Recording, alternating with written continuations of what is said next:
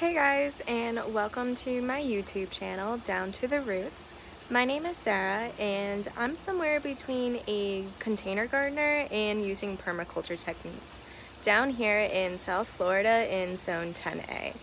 I used to not have a green thumb at all. Actually, when I was younger, I managed to kill a cactus by not watering it enough. So in time, anyone can learn to grow their own foods and grow a greener thumb. For my first video, I would love to give you guys a tour of my suburbia land that I've been growing my own food on. It's only 0.23 acres, so like most of you, not knowing if you guys have enough land to grow on, it's certainly possible. Down here in the comments, let me know what you guys are growing for the month of May. And it would also mean the world to me if you liked and subscribed to my channel. And without further ado, let's get into the garden. Starting off the garden tour, we have this section where I first started growing lettuces and winter crops. For next winter, I plan on moving all my leafy greens and root crops to this makeshift bed, and the previous bed will be turned into a butterfly garden with medical perennial plants that grow well here. This where you walk into the garden will eventually turn to our entranceway where citrus trees will be growing in containers. This is where I have all my raised beds. All are currently composting. Hopefully by the fall planting season they'll be filled enough to plant in. Through some plants that we have growing on here. Add catnip back there in the pot, some yarrow here. Scarlet sage is out in its last leg with the heat. Porterweed. Benefits include treating fungal infections to headaches. Here we have some lovely electric daisy or toothache plant. The leaves can be chewed to treat mouth sores and toothaches. Bee balm makes the most beautiful flowers. The flower attracts pollinators, as well as the leaves can be used as tea, used in spices or seasonings, as well as garnishing for salads. Continuing, we have some motherwort that's starting to flower. Grew these from seed. Rue is one of my transplants, and it's the first time I'm seeing it flower. All the lettuce that I planted here in the winter are starting to go to seed. I'll let the tops flower, then cut them to dry to harvest the seeds to use next year. I have marigold planted around the garden as a companion plant to act as a trap plant and protecting the others from bugs and critters. This is what I have left of the leafy greens that I planted over the winter. Dandelion leaves make a great addition to salads and have amazing health properties. A little overview of the sandy backyard. I planted some slips that were growing out of a store-bought sweet potato. Sweet potato do amazing here in southern Florida. Once they start growing, the vines will make an awesome ground cover. In the back corner, we also have some cassava growing. It's been growing for about a year. And then we have some bananas behind it that's not too happy. Back to the entranceway, all the parsley and chives that are being grown here are store-bought. I honestly just stick them in the soil and eventually they'll rebound and start growing. Right here is burdock. I'm growing it for its roots. The roots have amazing medical properties. Most people don't know this, but the leaves and stalks are also edible on the plant and very tasty if you know how to prepare them. A native plant to Florida, Purslane, grows all over my backyard. The leaves are edible and can be thrown into salads. Every time my larger aloes produced pups, I tried to plant them all over the garden.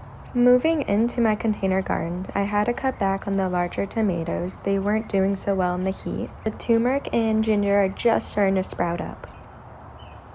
In other containers, we have an orange tree. A prickly pear plant that's producing more pads. The more I water it, the more it produces. The pads are edible and can also be juiced.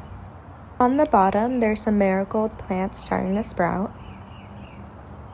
And here we have our lime tree putting on some new growth. I'm doing an experiment in these pots to see if I can grow an avocado from seed. Throughout my yard, I'm trying to have a no-grass lawn and convert it all to succulents. Continuing the container garden, I have a misfit of things growing, from sweet potato, morning glories, and dill. Most of the raised beds only have cardboard inside to prevent weeds from growing in them. Throughout the garden, I have pepper plants in containers. I'm trying to find the best place for them since the heat of the Florida sun is starting to make them wilt. Over here is my great Everglade tomato patch. Before the Everglade tomatoes were growing, I had beans sprouting up on the trellises and morning glory over the arch. These guys do absolutely amazing in the Florida sun. Just like the name refers to, butterflies love butterfly pea. The flowers can be dried to make a beautiful blue tea and also change the color of other drinks. If I'm not planting crops, I'm definitely planting marigolds all over the garden. They not only look beautiful, but they also attract beneficial pollinators. Here in the middle of the front yard, I have some grasses growing that I use as chop and drop. And now the most exciting part of the whole garden is the edible front hedge. Here I'm using permaculture principles to grow a mini food forest. All the plants that are grown here can survive without my care. They create a biodiverse element that protects each other from the elements. The little sprouts are pigeon peas that will eventually fix nitrogen into the soil. We have Cuban oregano that will be our ground cover. And in the back we have moringa. Moringa is wonderful to be dried and used in shakes or the leaves used in salads. I'm using the chop and drop method to build up my soil from the sandy soil it once was to a nutrient-rich that plants can thrive in. I'm using the moringa and pigeon pea plant mostly as a privacy hedge. By frequently pruning the plants, it's causing the plants to become more bushy instead of growing taller. Other plants that we have here in the edible hedge is chaya or tree spinach. We also have some katuk, more pigeon pea sprouts, some longleaf hibiscus, and a bunch of other hibiscuses lining the hedge. Turk's caps makes this beautiful red flower that is edible. We have some other flowers in hardy hibiscus,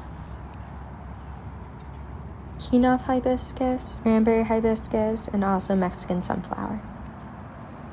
We started putting some citrus trees in the ground, but it got absolutely destroyed by leaf miners. I was looking for companion plants that can solve this leaf miner issue, and came across dill and fennel that can ward off unwanted pests. Since the herbs have been flowering, I've definitely seen a reduction in leaf miners.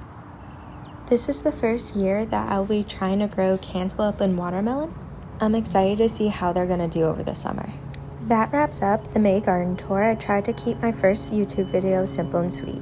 It would mean the world to me if you liked and subscribed along to my channel. We'll be putting out new content videos every Monday, Wednesday, Friday, and shorts daily. We'll be going over medical properties of plants, permaculture techniques, container gardening, and more. Till next time, keep growing greener.